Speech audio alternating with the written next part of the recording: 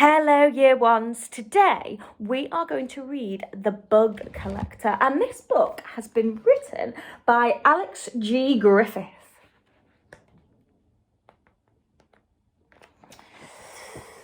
Today was George's favourite day of the week. It was Sunday, and that meant he was going on an adventure with Grandad.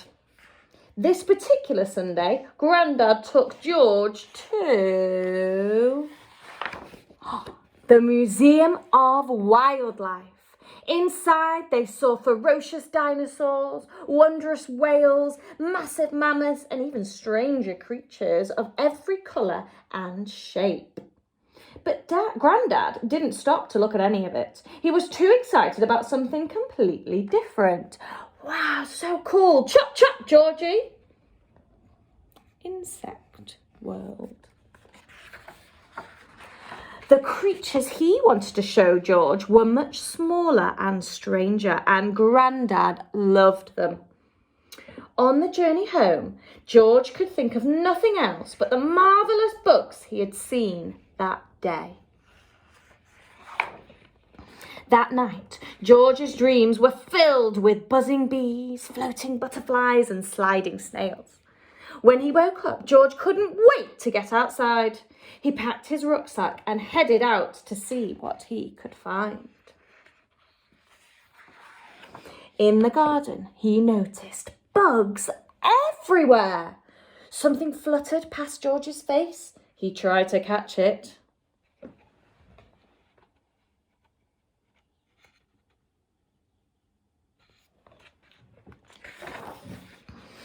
But it was too quick for him.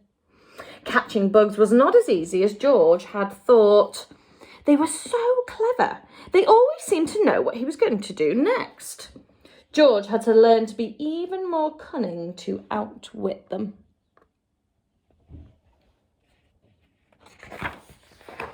Soon he was a master bug catcher.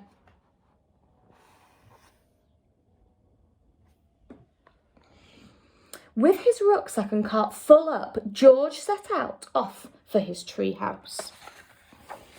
After he'd found a place for every bottle and jar, George admired his collection. Examining them closer, he saw so many different shapes and colours.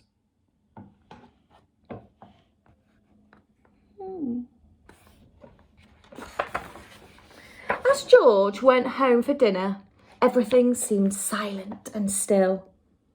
Nothing buzzed, fluttered, or scuttled. It's so quiet. The next day, he went back to the garden to continue the hunt, but everywhere was dull and sad. Grandad was also wondering what was going on. He knew that something just didn't seem right. Suddenly, Grandad realised all of the bugs had gone. We know where they went. Back at the treehouse, George looked at his collection. The bugs did not look happy. Grandad wasn't happy either when he saw what George had been doing.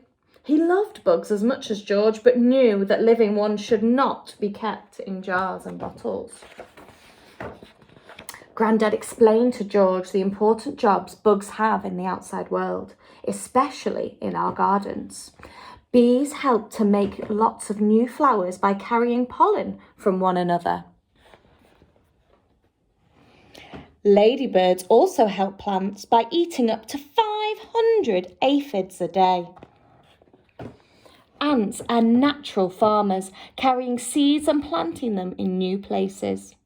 Dung beetles turn waste into food. And of course, all insects are an important part of the natural food chain. If we take them away, lots of animals will not get their dinner. George listened carefully, and he knew what he had to do. Pages are stuck together. He opened the jars, the bottles, the windows and the doors, and the bugs all flew out. The sky was alive again. George was sad to see them go, but Grandad was smiling. He had an idea. It took a little while, but together they changed the garden into a bug sanctuary to share with everyone. Grandad and George agreed that watching bugs in their natural habitat was the very best thing in the world. George's great big bug world.